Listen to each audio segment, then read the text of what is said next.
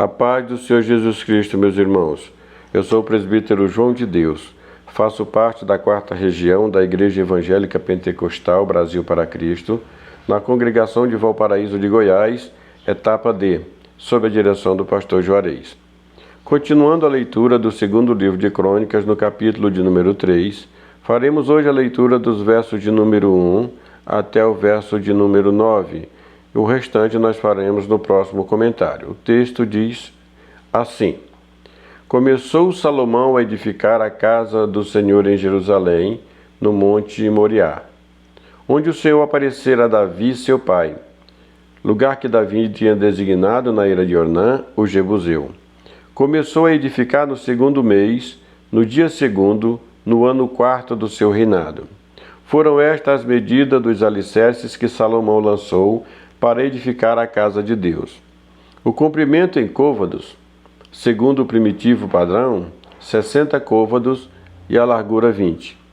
O pórtico diante da casa media 20 côvados no sentido da largura do lugar santo e a altura, 120, o que dentro cobriu de ouro puro. Também fez forrar de madeira de cipreste a sala grande, e a cobriu de ouro puro, e gravou nela palmas e cadeias.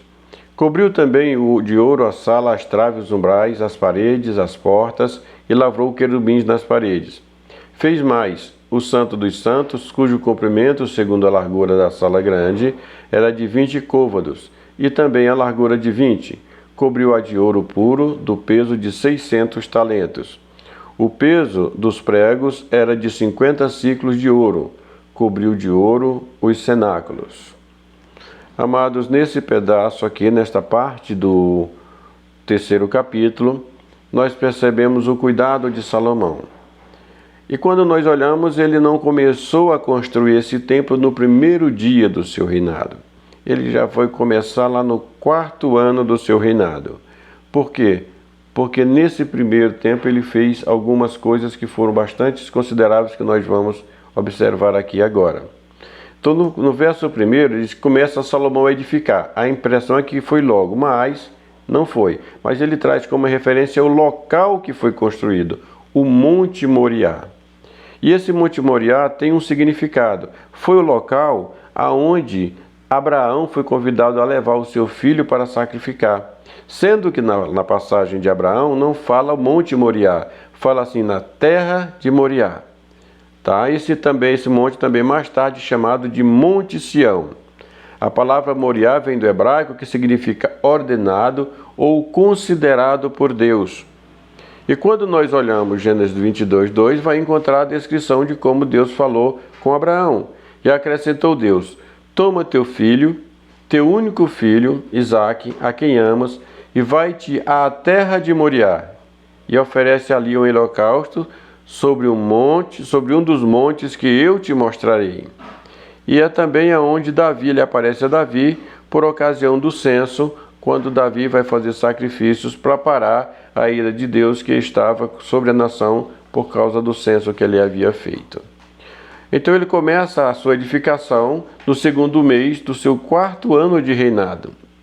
Esses 4 anos decorridos, ele é gasto de forma efetiva, não na construção do templo, mas na preparação para construir o templo, ou seja, no planejamento, na construção de parcerias que o poderiam auxiliar, como aqueles que iriam cortar madeira, que iriam fazer o transporte, que iriam trazer as cargas, aqueles que iriam servir no trabalho braçal do dia a dia, no operacional falado, também em separar aqueles que seriam supervisores, aqueles que estavam coordenando o andamento da obra, e aqueles que tinham também a responsabilidade de fazer o controle, ou seja, de anotar o que tinha sido feito, o que chegava, o que estava faltando, quem tinha entregue, bem como aqueles que fariam pagamento aos fornecedores, aos seus associados, que seriam as pessoas que fariam parte do controle.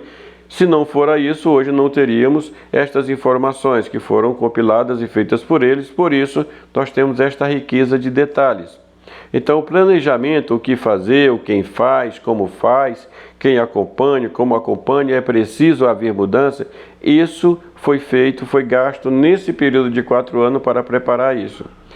E para nós não é diferente. Nós não podemos agir e fazer as coisas sem pensar. Cristo falando conosco, ele diz, ora, qual é o homem que vai construir que primeiro não se assenta e faz as contas, de forma que possa terminar a sua construção, e não fique pela metade, e sirva de escárnios para aqueles que estão ao derredor, e venha e sirva de riso e de zombaria aos outros. Assim também, meus irmãos, as nossas coisas precisam ser feitas com ordem, com decência e com a certeza de que será bem feita. E é por isso que nós precisamos escolher as pessoas adequadas para os locais adequados. E isso só pode ser feito com a orientação do Espírito Santo de Deus. Por isso que nós sempre estamos voltando ao livro de Efésios.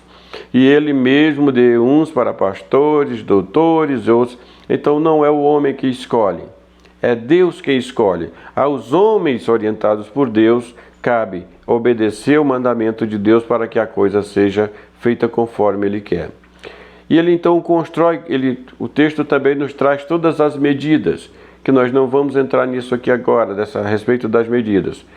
O pórtico que foi feito na frente da casa, só um esclarecimento, o pórtico é mencionado várias vezes na Bíblia, e ele é uma estrutura que serve como entrada ou passagem do edifício na área sagrada. É a entrada só para esclarecimento. E ele fez forrar todas as coisas, a de madeira, ele fez cobrir outras com pedras, mas todas elas ele mandou cobrir com ouro. Todas elas foram cobertas com ouro. Apesar do material comprado, das madeiras compradas, de serem trabalhadas, todas elas foram cobertas por ouro, né?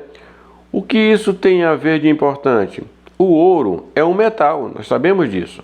Todavia, em razão da sua raridade, ele tem valor elevado. E hoje no mundo ele serve como padrão de medida de unidade monetária ou de referência. As riquezas de uma nação é medida pelas suas reservas de ouro, ou seja, aquilo que ele tem. Um outro medidor é o PIB. Mas o ouro na Bíblia aqui ele é visto como uma coisa santa. O ouro na Bíblia está associado à riqueza, ao valor e à realeza. Tá? Ele é mencionado na Bíblia de várias formas, desde a construção do tabernáculo até a representação da glória de Deus. E ele também é usado para simbolizar a pureza e a santidade divina. Vamos deixar bem claro, frisando, o ouro não é Deus. O ouro não é Deus. O ouro é um metal que foi criado por Deus. Mas ele simboliza a pureza e a santidade divina. O simbolismo do ouro funciona através de metáforas e representações visuais. Ele é usado para transmitir a ideia de algo precioso, valioso e divino. E é frequentemente associado a Deus, ao seu poder e à sua presença. Então essa é a razão pela qual todo esse templo aqui, Salomão, manda cobrir com ouro, porque representava a divindade, representava a manifestação da presença de Deus, a santidade de Deus. Por isso que ele cobre tudo com ouro. Mas nós temos que deixar bem claro que o ouro não é Deus. Voltando a repetir.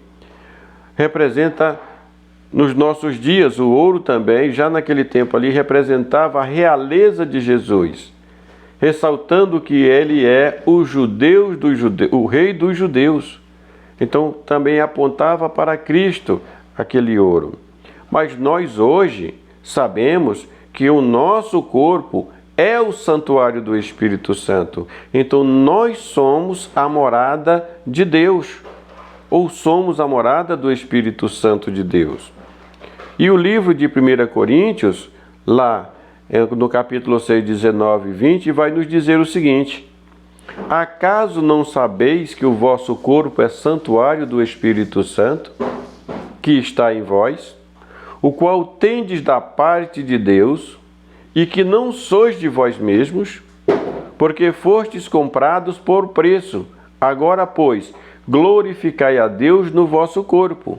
É importante sabermos disso. Quando Salomão constrói aquele templo com toda essa beleza, com toda esta riqueza, ele procurava enaltecer e engrandecer ao seu Deus, ao nosso Deus, conforme ele diz a Irão: Quem poderia construir uma casa a um tão grande Deus, visto que Ele é sobre todos, maior do que todos? Nós construiremos apenas um templo ao seu nome, onde apresentaremos os sacrifícios e as ofertas e a adoração. Mas esta casa precisa ser maravilhosa. Da mesma forma, meus amados, hoje nós somos o templo do Espírito Santo. E nós precisamos cuidar desta casa, apresentando-a a Deus da melhor forma possível. Porque nós não pertencemos mais a nós. E o templo que nós somos não é nosso. Nós estamos com Ele, mas somos propriedade de Deus que nos comprou. E aí a cada um de nós resta sempre um questionamento diário, dia após dia, que nós devemos nos fazer a cada momento. Como temos cuidado da morada do Espírito Santo? Como temos nos apresentado a Deus? Será que o nosso Deus está se agradando da forma com que temos feito as coisas? Fica aqui esta primeira parte que a gente possa meditar. Como é que temos nos apresentado a Deus? Que a graça e o amor de Deus sejam sobre você e a sua casa. E que resplandeça a justiça e a misericórdia de Deus sobre ti e a tua descendência. Fique na paz do Senhor Jesus Cristo e até o nosso próximo encontro, se Deus assim nos permitir. Fiquem na paz do Senhor Jesus. Amém. Deus os abençoe.